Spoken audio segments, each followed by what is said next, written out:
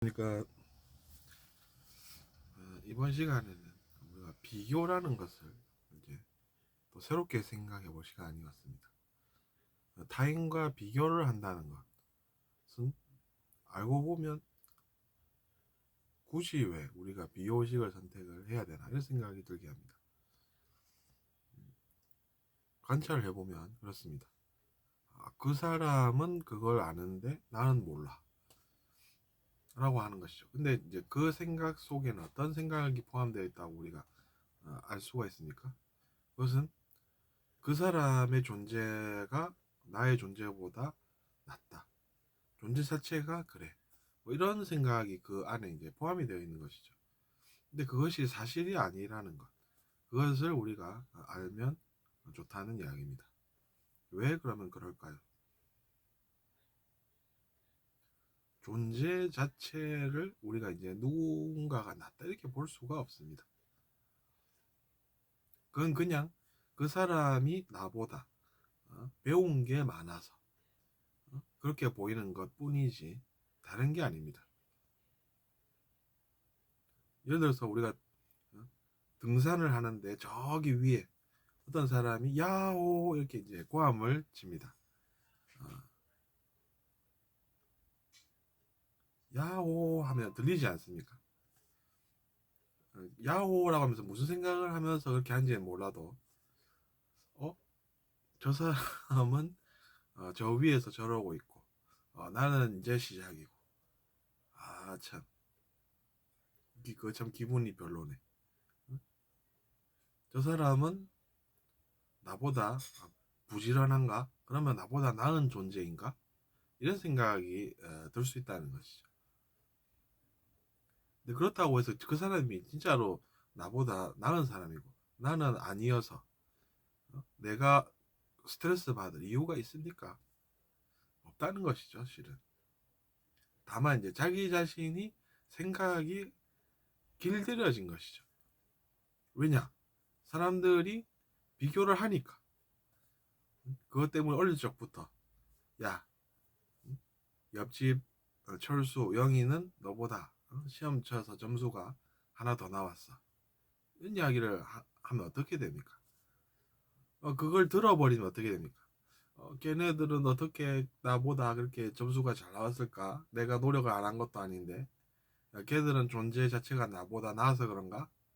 뭐 이렇게 이제 생각을 잘못하게 된다는 이야기입니다.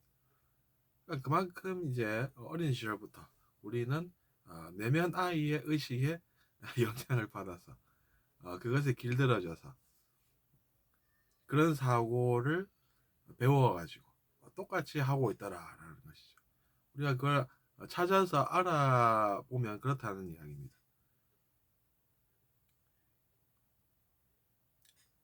근데 이제 우리가 그 진실을 알아버리면 어떻게 됩니까?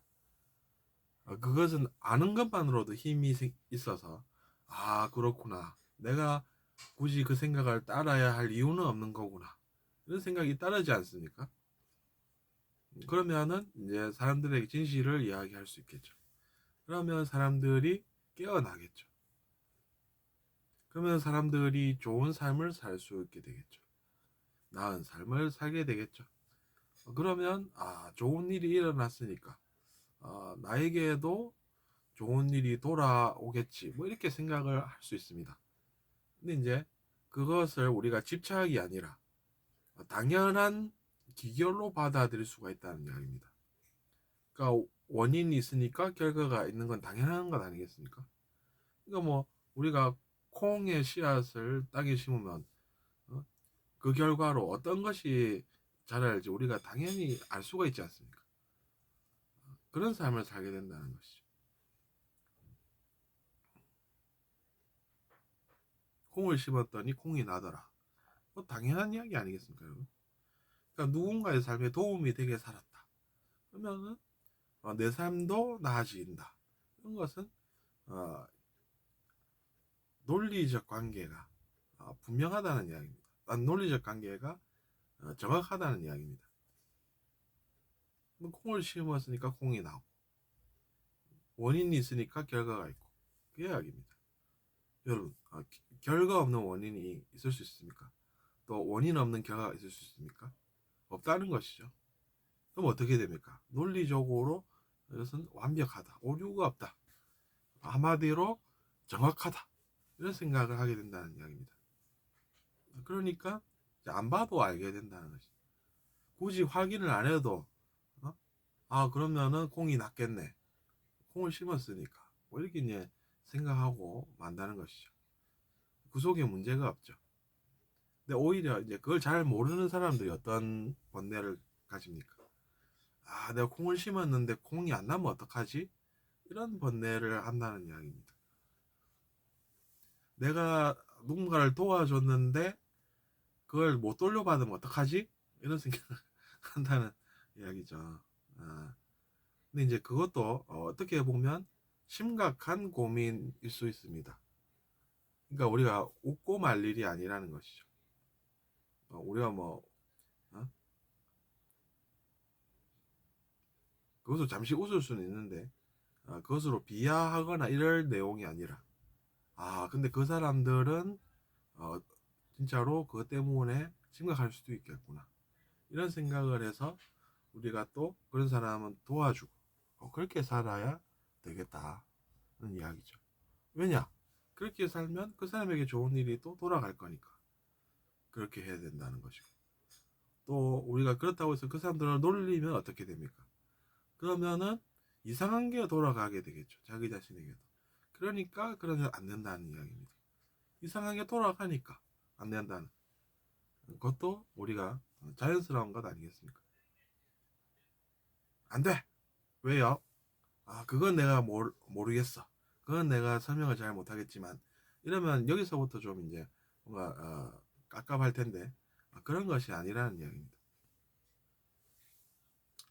그러니까 여러분도 누군가의 인생에 도움이 되는 그런 행동을 하셔서 잘 사는, 그 논리적으로 모순점이 발견될 수가 없는, 발견할 수 없는 그런 좋은 인생을 사시기를 바란다, 이렇게 이제 저는 말씀을 드립니다.